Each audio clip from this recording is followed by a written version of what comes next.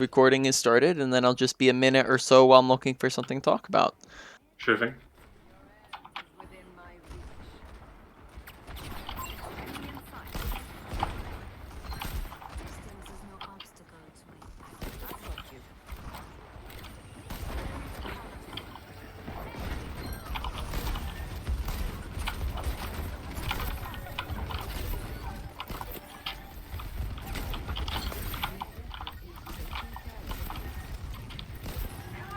Okay, first thing I'm noticing, stop scoping in and out in between every single shot, just because that's going to slow down your fire rate. Sure. So if you're trying to heal people, every time you're scoping in and out, that's just going to be resetting that animation and making it so that you now are healing slower than if you just either, scoped or unscoped.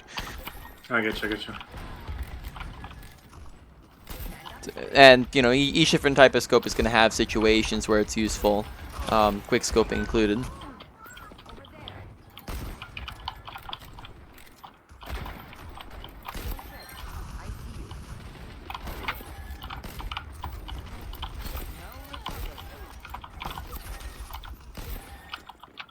Stream got fuzzy all of a sudden. Hopefully it'll get a bit better, but maybe next time you die or in between the rounds you can try to restart it.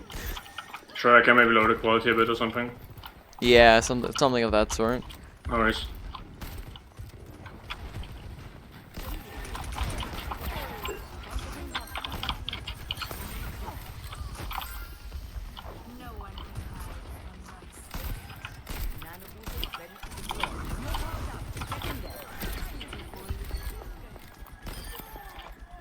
Okay, like the aggressive nano. Good fight. Yeah, so I guess one problem I have in Overwatch 2 is I have really big problems knowing when to nano and not to nano. So either I find myself holding the ult for the entire match, or I just, nano when it's not needed. Okay. Yeah, so we can talk about that whenever we get some more time. I don't think it's honestly changed too much between Overwatch and Overwatch 2 of when you want to be doing it, Sure. though maybe it is a little bit harder to identify the line between like when fights are won and lost and whatnot. Alright. We will talk also about your ability usage after we're done here, but just for the current moment, just note that with your abilities, you want to be searching for high value. They're going to be very high value abilities, and you can do a lot with them. So, for example, I'd probably look for a few more aggressive anti-nades, whereas we don't really seem to be doing that too often. And like I said, we can go more in depth on that when we get the time after the game's over. Alright, stream cleared up a hair.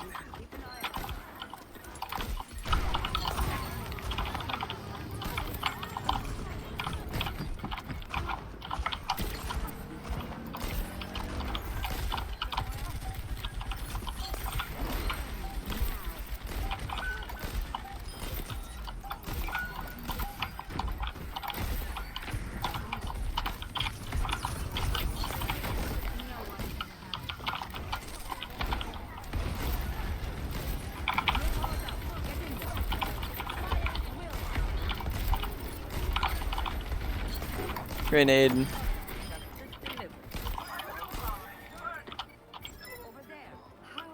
Alright.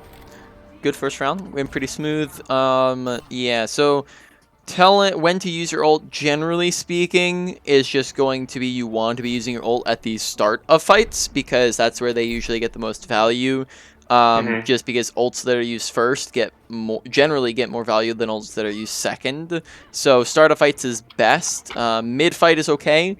Late fight is going to be usually situational. And then in between fights, which includes before fights, is going to be very rare. Do you ever want to be using it then? So really the start of fights is going to be the best time. And then we can discuss a bit more of like on the end of like how do you tell whether or not you've won or lost a fight, and then like I said as well, we can discuss a bit more on abilities afterwards as well. Sure.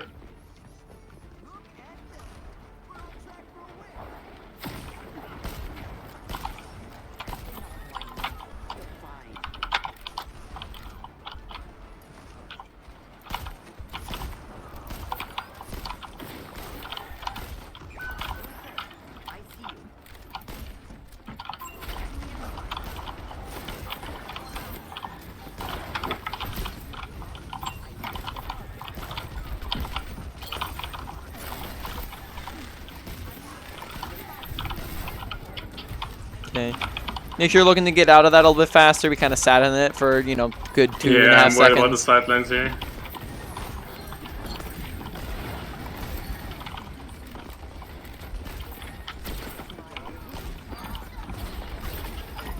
Okay, good sleep.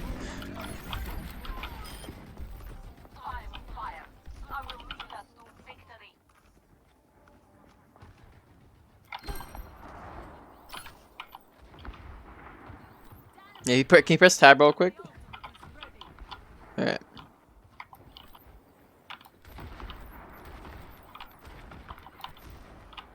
Taking note that we've only... Does that mean that we've only fired sleep twice this game? Because it says we've landed sleep twice and it was 100%. Maybe, I'm not sure if that's counting Bob or not as well. So maybe we fired it 3 times. But definitely using it more often would be a very good idea. And once again, we can talk about that more after.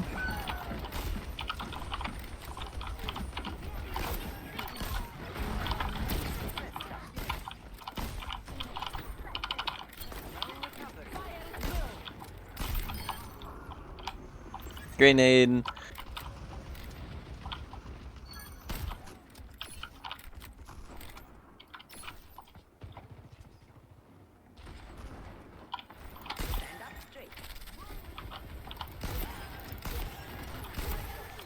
No one can hide from my sight.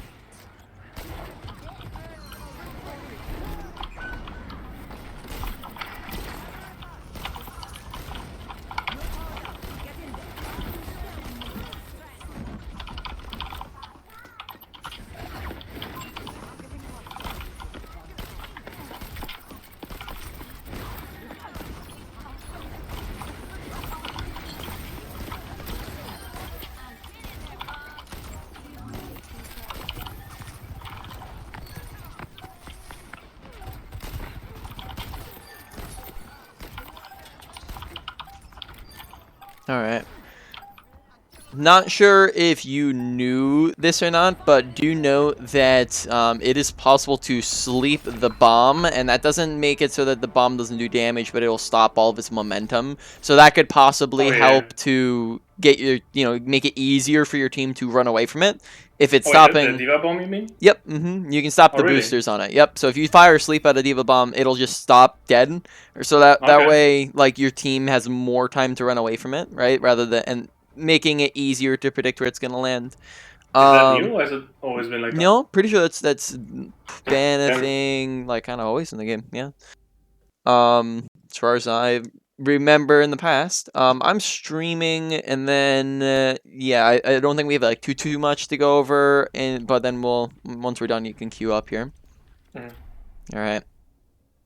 So, couple things to go over. Firstly, let's talk a hair about overhealing. So overhealing is basically any time you are shooting your teammates who are full HP or very, very close to full HP. And essentially, it is just a waste of time and a waste of ammo. Because if they're full HP or very, very close to full HP, right, and your shots are going through them, then it's just you're not accomplishing anything, and it's time that could be better spent elsewhere. When it's especially when it's kind of a habit and it happens again and again. I don't think most Ana players aren't super terrible with it, and you aren't either. Usually it's a habit that's much worse on characters like Bap or Mercy, but Ana still I was noticing it, and it's just, something to consider, something to watch. Instead, there's a lot of other things you can be doing. You can be reloading, that way you always have ammo to work with. You could be looking for somebody else to heal. You could be using this time to damage. You could be looking to use this time to throw in abilities. You could be using the time to, just get your surroundings, reposition, use your ult. You have a lot of options to work with, and it's really just anything that is better than nothing, essentially. Now, the other thing to note is that even if somebody's, like, really close to full HP, like, if somebody's down, like, 10 HP or 15 HP, or a tank is down, like 50 HP, sometimes you gotta consider, like, that's not the most valuable thing you could be doing with your time, right? Like, if you're in a fight 50 HP on your tank who has 500, 600 HP is not that insanely valuable in comparison to the dozens of other things I mentioned that you could be doing, such as damage, such as abilities, such as healing other people, you know, reloading so that you actually have ammo. So all of these things might even take priority, so that would even, I would consider that to be part of overhealing. But if you have nothing else better to do, then go ahead and do it. Like if you're in between a fight and there's nothing else to do, well then, you know, get them up to full HP and get them ready for the next fight, right? But that all makes sense. Sure. Honestly, I think it's just a symptom of the rank, because as soon as people lose HP, they start yelling at you in voice and spamming X, and it's just a bit distracting, so I'd rather just top them up and be done with it. Fair enough. And just, you know, couple things. Firstly, don't get offended if people spam X. No, that's actually, yeah, I mean, like, that's something I teach people to do with my coaching sessions, because people, like, often won't even press the button, and I'm like, okay, well, this is a useful tool, press it. Yeah, besides that, definitely understandable. It's just, you know, that's situations where you mute and whatnot, but besides that, it's still a good idea to get used to paying attention to people, but not necessarily always, you know, staring at them. You don't need to stare at people to and heal them when they're full. All right, other things. Ability usage. Let's talk ability usage. Ability usage in general. Firstly, I would say is just make sure that you're using it. It didn't look as though like we were putting very high priority into how we're using abilities, and your abilities in general are very powerful in Ana and also other supports as well, where you can do a lot with your abilities. Like your abilities as Ana between your sleep and your nade. Nade is, like, I would say just like your anti-nade. That's slightly less powerful in Overwatch 2, but it is still a very, very potent tool. And it's on a cooldown, right? Your nade and sleep, between sleeping, you know, getting kills with it, between getting sleeping ultimates and abilities, and just completely stopping a team from healing HP. Like, it's very powerful to the point in which it's basically both of them combined is worth an ultimate, and that's on a cooldown, right? You get that constantly throughout a fight. So when we're only using sleep, you know, once around, when it's a, you know, 15-second cooldown, or when you are only throwing self nade, or sorry, not like team heal nades, right? Then you're missing out on a lot of potential value, specifically like carry value you could be getting, and that's how really you are going to be climbing, is when you get that value to carry your team, because your team's never going to climb for you. So let's now we've kind of gone over the importance. First thing I'd recommend, you're looking for two things. Firstly is quality, and we'll go over that. And secondly is quantity. Quantity, just make sure we're getting it out there. Now, there are times where you will hold on to abilities, like let's say, for example, we don't have to go super in depth, but I guess we can a little bit, because Genji and Samba are very prevalent right now, right? Reaper, Tracer, I would imagine you've had them in your games. Like, especially lately, I've just been holding on to sleep in case somebody jumps on me, because it's become way more frequent. Yeah, and that's definitely something to consider, but this is part of about like how team composition dictates your play style. You'll play differently depending on what they're playing on the enemy team and what your team's playing. So the first thing to consider is going to be your potential for getting dove, right? Like, what do they have that can dive you? And that's going to get you to start considering holding your abilities. Maybe you want to be a little bit wary towards the start of the game. And then after the game starts and people actually do start diving or not diving you, that's where you have the actual diving of, okay, they have one Genji, but if the Genji's never touching me, then do I ever need to hold on to my abilities? Or if they are on a full dive and they're diving me every single fight, then maybe you should be holding on to your abilities, right? And you kind of want to find a sweet spot, because you can, if they have nothing at all, like in the last game you're on, what were their DPS? Widow and Sojourn, I think? Yeah, they had I know they had Sojourn at the very least. Are those characters that are really going to be on top of you very often? They're not, but in that game particularly, like, usually I am pretty aggressive with my nades, but in games where there's snipers, I'm always just afraid to lose my head. So maybe I'm playing a bit too passive there, but yeah. Yeah. And also with D.Va, a lot of the times, you know, I throw my nade into the DM, It's just a thing I like to do. So yeah, so we'll talk about how you can better, like for right now we'll talk about the quality in a second. Right now we're just on the quantity of using it, right? Because it's not going to do anything at all. Like, yes, it'll get eaten by DM, and we don't want to get eaten by DM, but it also doesn't do anything if you hold on to it. Right? Sure. And also getting sniped in the head, yes, you and you want to look to avoid the line of sight, but that doesn't mean, once again, that we never peek, because if you never... Sure. Sitting in spawn, and then never do anything from spawn. Yeah, sure.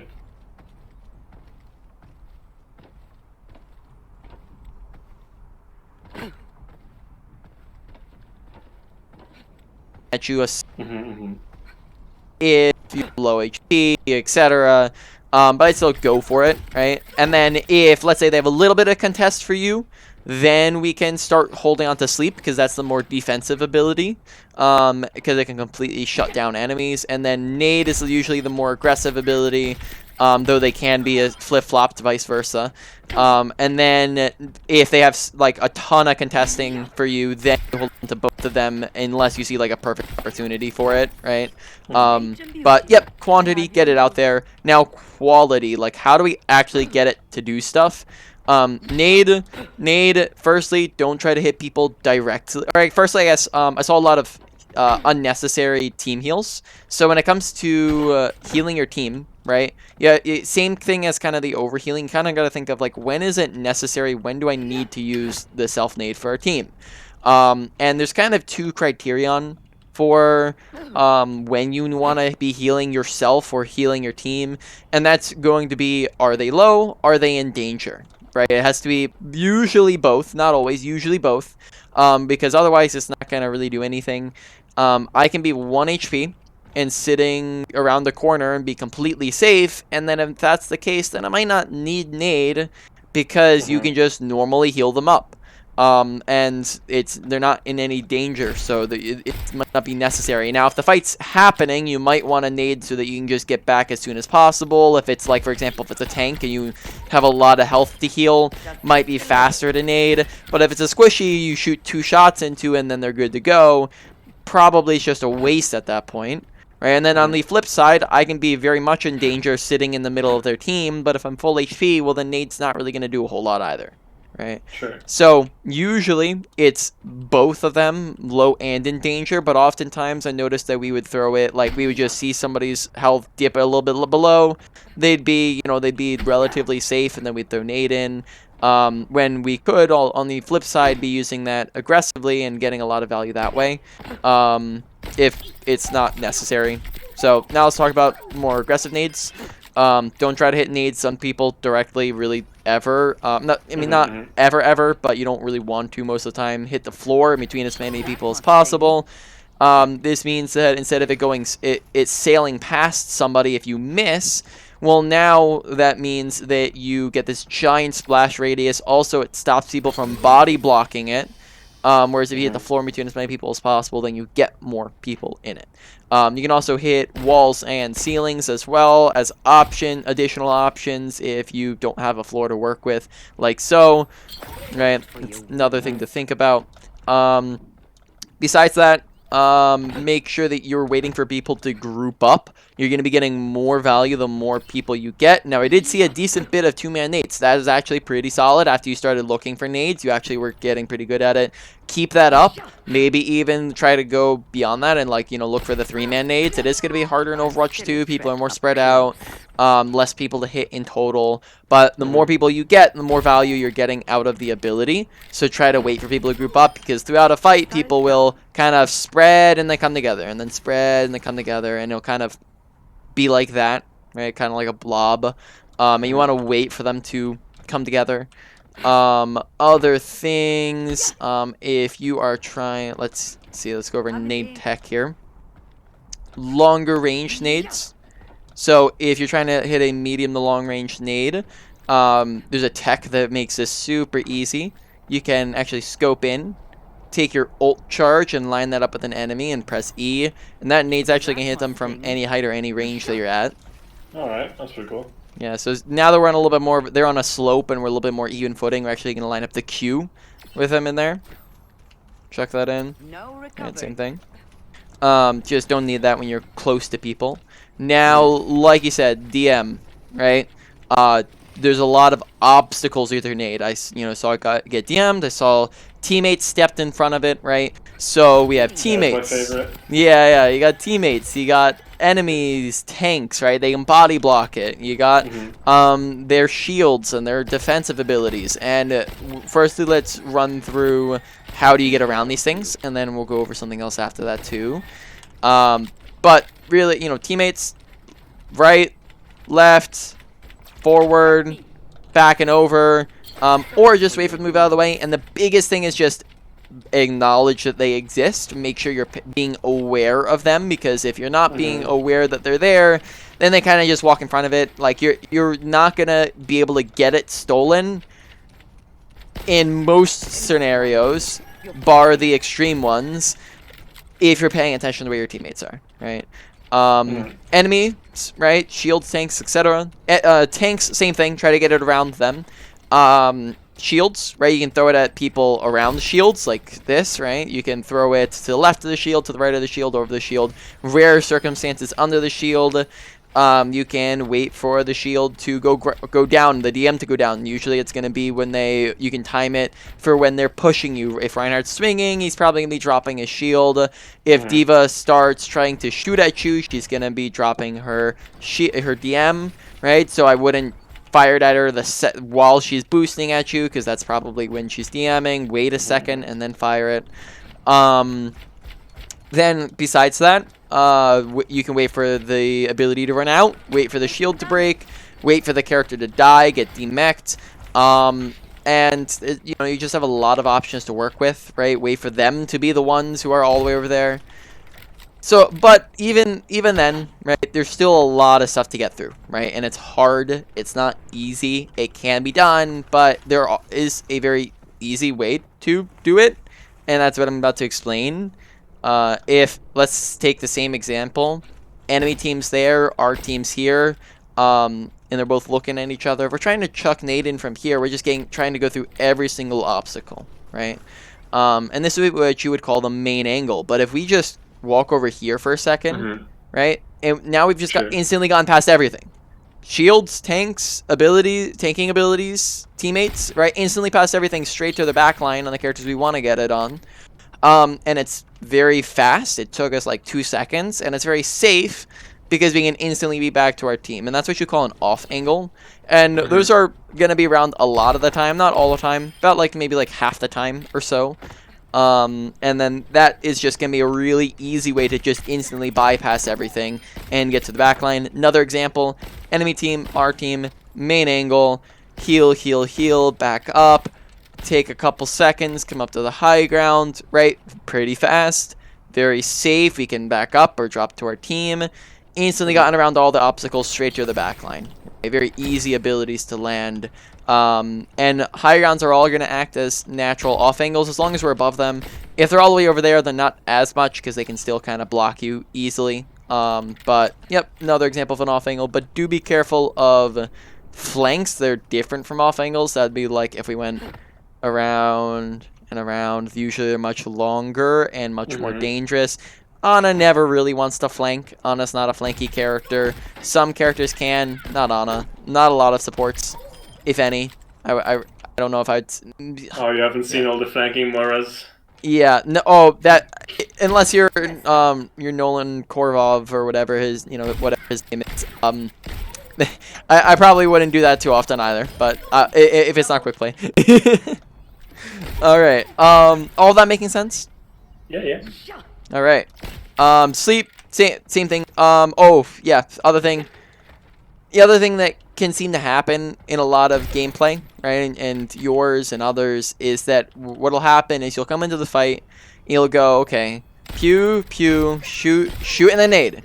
And then pew, shoot, and then we're going for sleep, right? And it's very rushed. You're kind of thinking about it for half a second before you're tossing it in there. And then a lot of the times that can lead to it being rushed and it getting missed and it just not getting as much value. Whereas you can be thinking about how you're using abilities well before you even have the ability on cooldown, right? It can be on 7 seconds here, and I'm thinking, okay, I'm putting my brain on autopilot for. Usually, you can kind of put the healing on autopilot unless that's a main focus of yours, right? So we're putting brain on autopilot. We're going shoot, shoot, pew, pew. All right, I'm looking for the nade. I'm looking for people to line up. I see 2 people there. I'm trying to find the angle, lining it up, tossing it in, right? Putting more thought than the half a second. And that is going to be a lot more effective. All right. Trying to think. No, any questions so far? No, sounds good. All right. Why don't you queue up for a game and let me know when you get one? I feel like I had one more thing, but I'm trying to remember what that was. Oh. Do you want me to turn down the quality a bit, or is it fine? It was kind of going in and out. I mean, it's up to you. Maybe you can try restarting the stream. You can try turning it down too, but like. It would kind of be good, fine, and then it'd be a little bit blurry, fuzzy, for half of it. I'll turn it to 30 FPS. It'll do better. All right, I'm queuing up. All right. You mentioned before briefly. Did you find that you're having trouble identifying when you're winning or losing fights? Not really. I guess the problem I have is identifying whether it's worth to ult even though the fight is quote-unquote lost, because a lot of the time, you know, if you say that you're down 3 people, like it's only me and Zarya and the fight is technically lost, but then the Zarya pulls out a grab and you can nano and you win the fight anyway. And I find that happening to me a lot, where I believe that we could have won the fight had I used my nano, even though it was technically already lost. So think about this in terms of statistics, right? You can technically win any fight, right? But it just might be a really low statistical probability. It might be a really low chance. So is it worth trying to ultimate in a fight that you have a 10% chance of winning? Or are you going to be better off saving it for a fight that you have a 50-60% chance of winning the fight, right? And that's what you want to think through. So in a scenario where it's a 2v5, unless you have some other major advantage, such as they're all 1 HP, or you have really close spawns, or you have to, because it's like last fight, or, you know, I don't know, you can keep going. There's a lot of other advantages. Unless you have another major advantage, that's almost certainly always a lost fight. 2v5 is almost always a lost fight, right? So in that case, yes, you could win, theoretically, but do you want to waste your ultimate trying to? Probably not in most cases, so I probably would just hold on to it for the next fight. And identifying the when is like something you'll just get better at as you go along and learn. But yeah, unless you have something else major going for you, I definitely wouldn't in that scenario.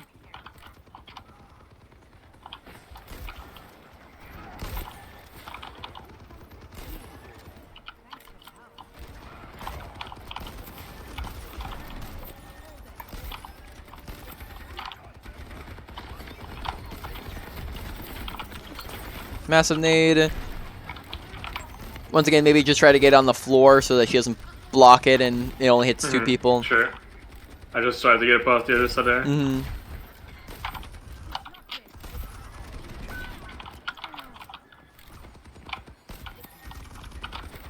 Oh, that was a mistake.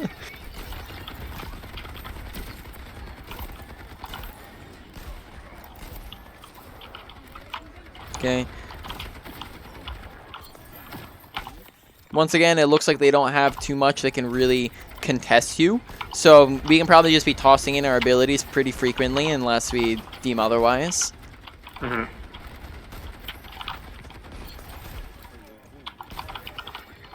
Great nade so far. Whenever we get the chance, doesn't have to be now, but we probably want to be back up on a high ground.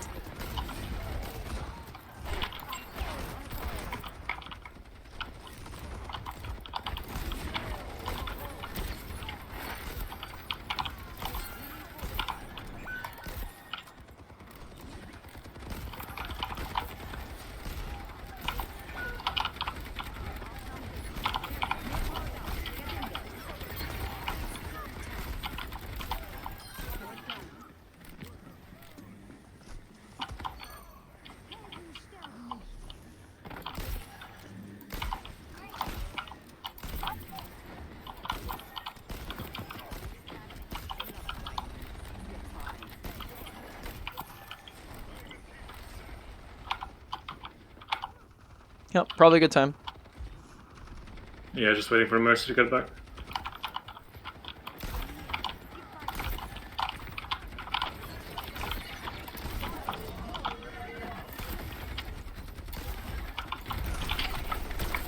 All right.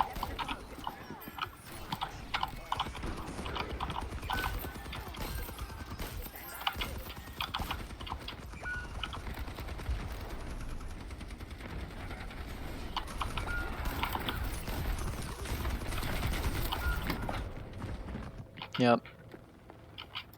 Good sleep. Now they're on Sombra, so we just gotta be careful, more careful. Maybe wanting to hold on to our sleep a tad bit more, unless you see a perfect opportunity for it.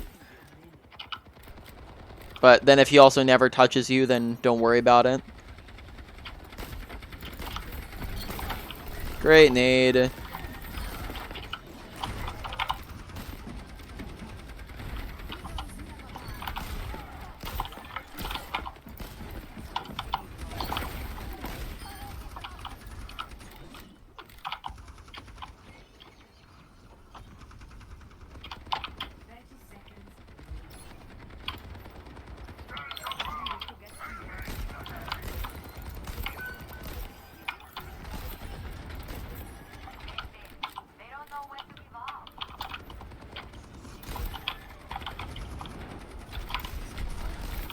Probably too.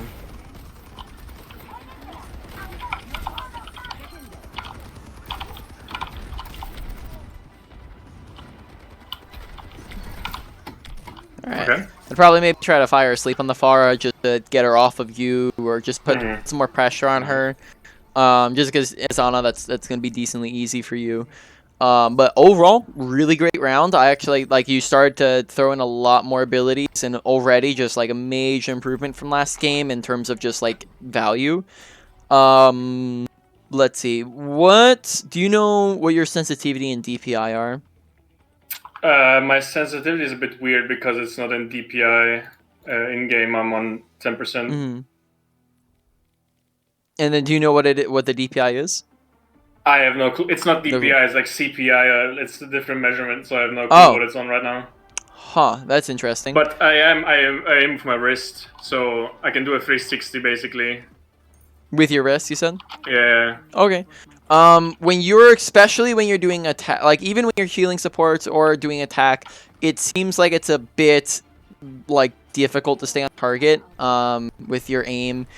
And maybe we can talk about that when we get some more time. But generally, the gaming community agrees that lower sensitivities are going to be better for more accuracy. Now, because Ana doesn't have to hit pixel perfect headshots, it's not as major of a deal. And you have people like ML7 who have high sensitivities.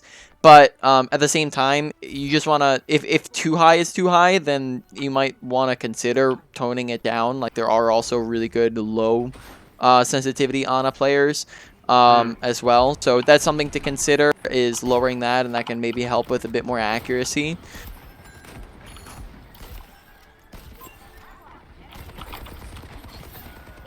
Especially I'm noticing in terms of when you're trying to hit enemies.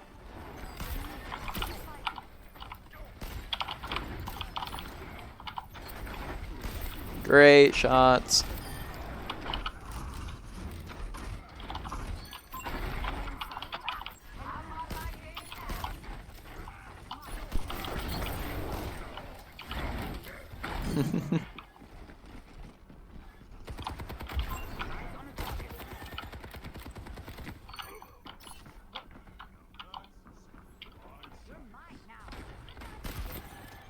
Okay, if we have somebody else on point, this might be a good opportunity to go like position behind us and get on this back high ground.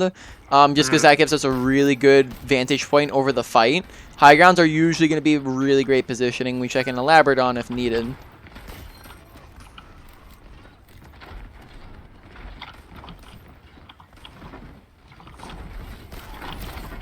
Okay.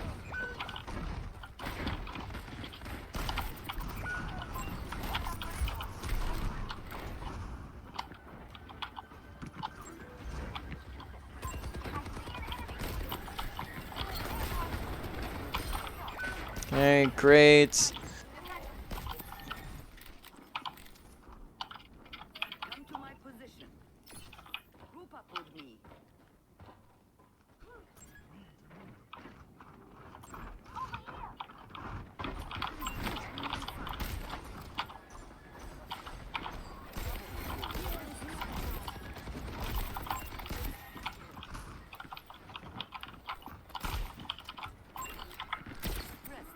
Very nicely.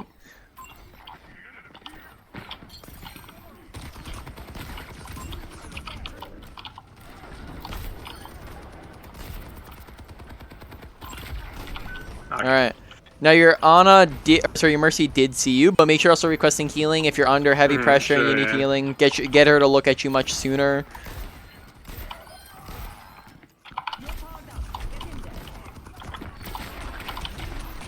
Alright, bit rushed of a nano because he wasn't really like on anybody at the time when we hit him with it. So when you're hitting Sure. a close range character with a nano boost, you want to make sure that they actually have something to, hit Alright. or be near or to go on. And then we'll talk a bit about positioning after game is over, and also just watch like jumping into DPS. Yeah, I was gonna land that sleep, but you know, in my head that landed differently.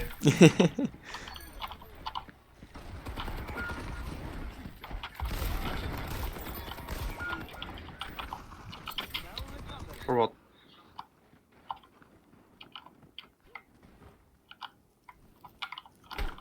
I can note you.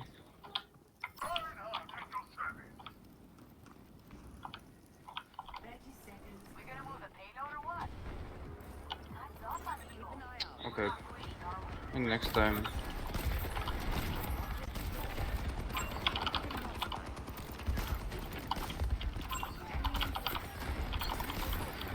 Oh, Wilson.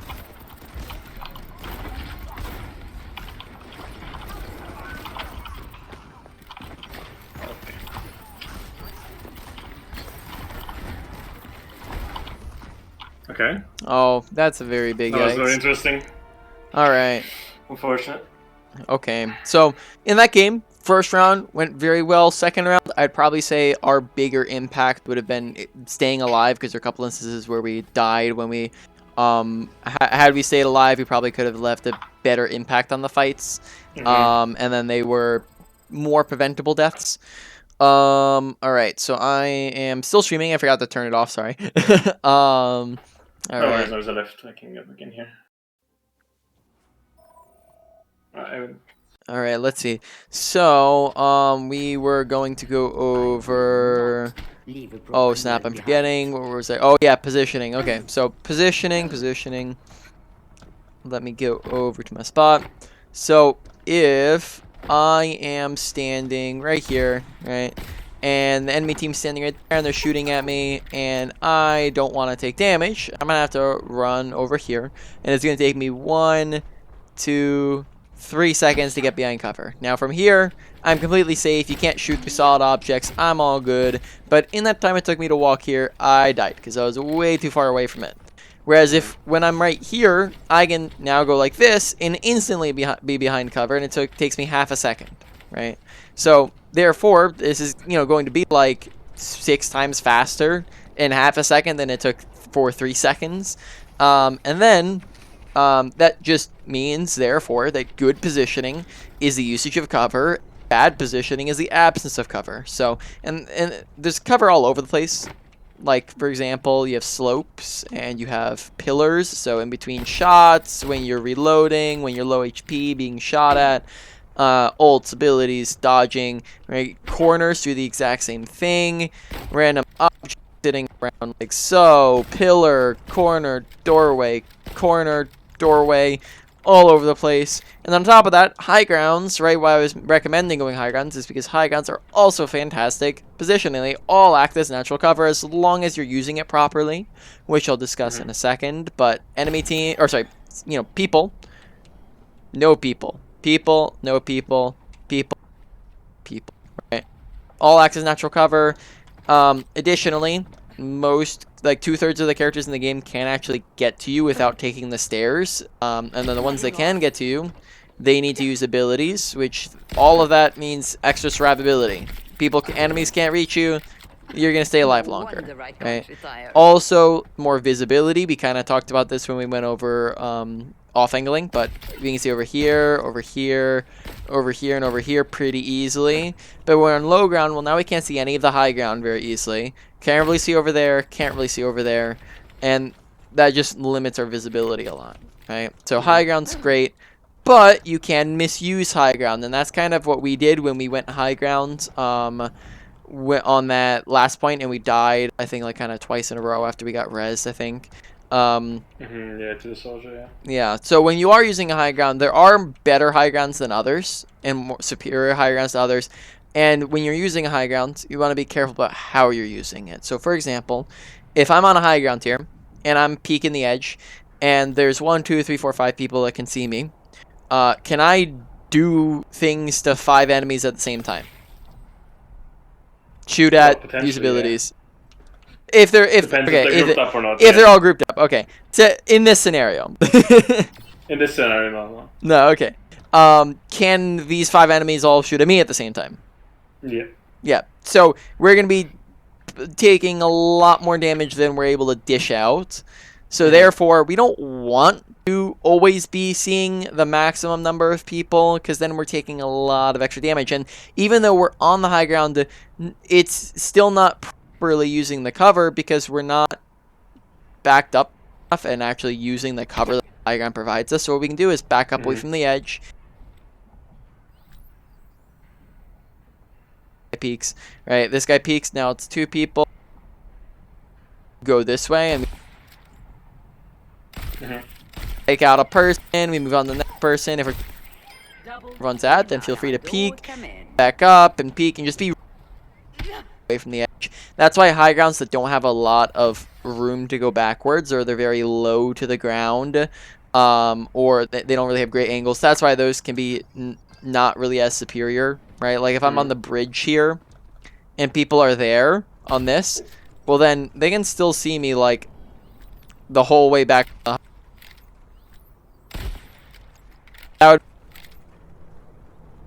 Whereas I can do this and use this cover or use other cover, and it works a lot better. So make sure you're using backing up and using the left, crouching. Same thing over here. Enemies, use the side cover, and now it's only 1 person. You're doing like a pixel peek here, and they can only see a little bit of you. Move on, next person, right? Peek if you need to. If you were trying to see where everyone's at, just be careful, make sure you're actually using it. Oh, that makes sense.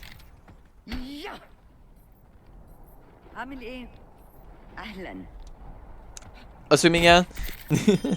Not the first, not the last. Hello.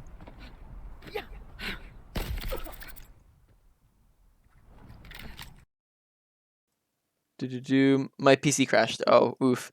All right.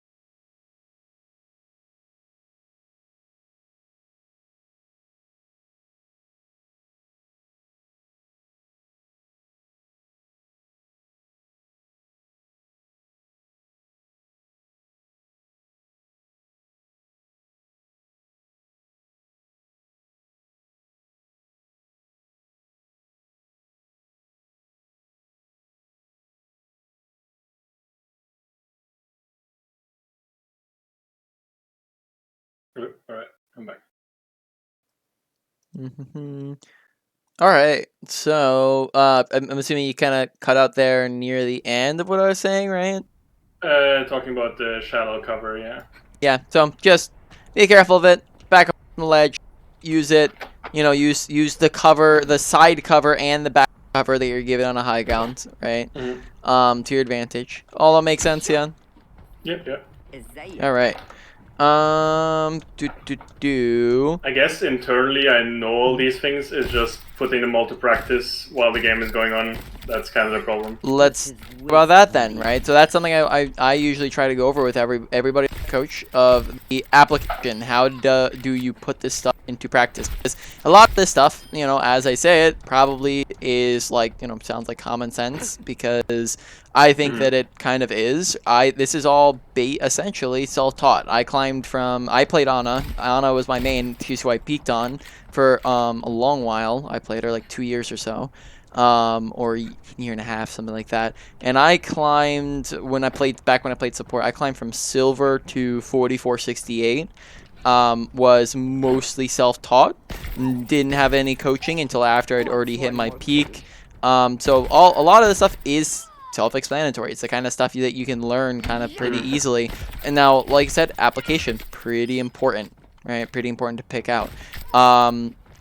You put this stuff into practice the exact same way that you work on most things in life and in general, and that is that while you're going to be playing the game, you want to make sure that you're actively focusing on the things that you're trying to work on. That means that you're not going to get in and you're not going to focus. You're not going to autopilot. You're not going to just play to play, and contrary to popular belief, you're not going to purely play to win, because that just leads to stagnation, whereas when you play to improve, that leads to improvement and more wins. What that actually looks like within your gameplay is you're going to come into a game, you're going to pick something out, let's say abilities, because that's what we've been talking about a ton, and you're going to think in your head, abilities, nade, sleep, abilities.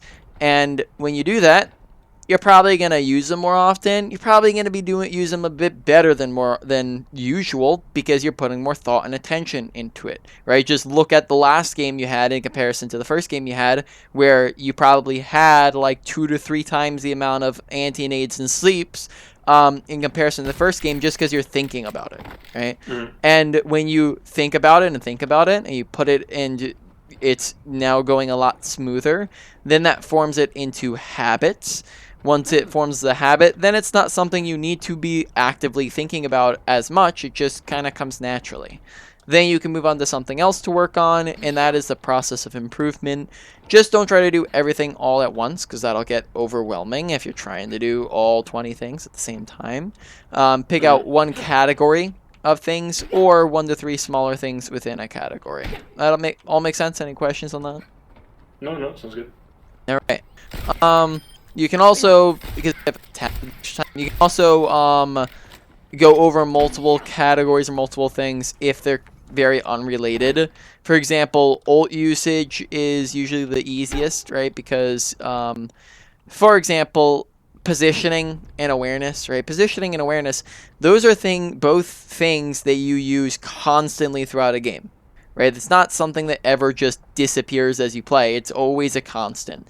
Therefore, you probably don't want to try to do both at the same time, because it's just going to be too overwhelming to think about. But if you were to do like positioning and ult usage, well, ult usage, you only ever really need to be thinking about your ult for the 10 seconds that you're using it every 2 minutes that you get it, right? So it's much fewer far in between, like when you're actually using it. So therefore, they don't really overlap as much. So you can probably work on like those 2 things at the same time and be perfectly fine. Just strike that balance, right? Try to find what can I work on. Don't try to overwhelm yourself. All right, so why don't we start wrapping up here? So we're going to do the wrap-up, review, and main points. Ability usage, use them more often, put thought into them, put effort into them, hold on to them a bit more if they have potential for dive, but then you're really looking for the actual dive, or they actually diving you. Sleep is more defensive, nade is more offensive. Hold on to sleep first. Nade comes if you have heavy congestion. Nade, use it for yourself and for teammates if they are low and or in danger. Usually low and in danger. Then besides that, don't try to hit people directly. Scope nade tech. Try to hit as many people as possible. Wait for them to group up.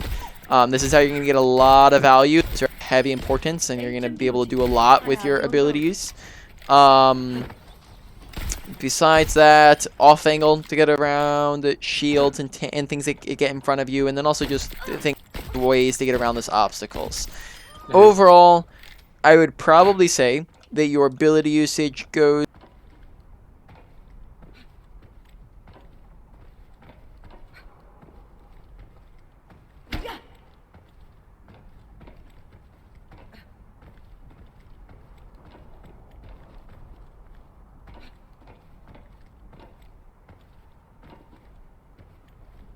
to work on. Still, like, pretty fully, it's going to be something you can pick up and apply as a habit pretty soon. Now, ult usage, we talked about using at the start of fights, right? Don't, start of fights best, mid fight's okay, late fight is going to be situational. In between fights is going to be kind of very rare, also including, like, before a fight starts. Besides that, I feel like there's, like, one more thing we talked about. Oh, yeah, like, knowing when that fights, I guess that kind of gets into awareness, but, also, do I nano somebody, if we have a big advantage? Just think about the fact of, like, fights. Yeah, I guess that gets into awareness, but knowing how do you tell whether or not you've won or lost a fight. Don't try to clutch up a fight and waste your ults if you have a really low chance of winning, right? It's just not going to be worth it. Save it for the next one unless you need to try to clutch it. Overall, that one's probably more of like a, like, honestly, I didn't see it come up too much in your game. Probably, like, high end of a low to medium, maybe low end of a medium. It's kind of not super up there. Mechanics, I saw a lot of like this where we would be scoped, and then we'd unscope, and then we'd scope, and then we'd unscope, and we kind of did that for the first little bit. That's just gonna kind of waste your time. We didn't actually go into, which we can in the future, but we didn't really go into when to use each of them. But just don't, like, kind of stick to one and the other. And then tip, just as really fast, scoped is usually better for ranges. Unscoped is usually better for close ranges. And then quick scoping is usually best if you're under pressure by people. Or if you're trying to move somewhere fast while healing at a long range. That's just the long and short of it. Besides that, don't overheal. Don't heal people who are full HP or very close to full HP. There's a dozen other things that you can do instead. Sensitivity, maybe if you're interested, might recommend lowering it a hair so that you can try to actually aim with some more precision. Just see if it works out for you, and if it doesn't, then, I mean, don't mind it. I would say primarily hitting enemies was the bigger thing with our shots. Then I think that's about it. Maybe I would go for some enemy shots slightly more often than you do. Just, honestly, second game was probably a better representation, but first game you didn't really shoot at anybody. Yeah, again, the first game I was just very scared of getting picked off. And really, in that circumstance, quick scopes are going to be handy, so that you're not sitting there hard scoping and getting domed by a Widow. Alright, overall, probably about a medium priority for you to work on. Then we got your positioning. Make sure you're using cover. Good positioning is the usage of cover. Bad positioning is the absence of cover. Then you're going to make sure you want to take high grounds. Make sure you're actually using high grounds properly, right? Using the back cover and the walls that you have. Make sure that you are, like, off angles, gonna be fantastic ways to get abilities in, right? Gets around all your obstacles. Don't really go for flanks though. Overall, all of your positioning is probably like higher end of medium priority. And then you finally have your awareness, pay attention to your health, request healing when you're low, and under pressure and whatnot. Besides that, make sure just you're paying attention to health bars of your teammates. Pay attention to where the enemy team's at. You don't have to stare at your teammates constantly, but keep tabs on them and when they need healing and whatnot. And then, you know, generally odds and ends things, how to tell whether or not I won or lost a fight kind of goes in there. Overall, probably about a medium priority for you to work on. So I'd put all of that in order. Number 1 probably comes to your ability usage, especially since I think you're going to catch on to that one pretty fast. And hopefully you can kind of get it out of the way, get good at it, and then work on some other stuff. And then also just because it was really important. Second thing is probably going to be your positioning. 3 is going to be probably your awareness. Then your mechanics. Then your ult usage kind of as that afterthought, which I didn't really see too much of, but you did describe that you're having some trouble with it. Sure. And that is about it. Do you have any questions? No, sounds so good. I mean, that's exactly what I wanted to know, basically. So. Alrighty. So,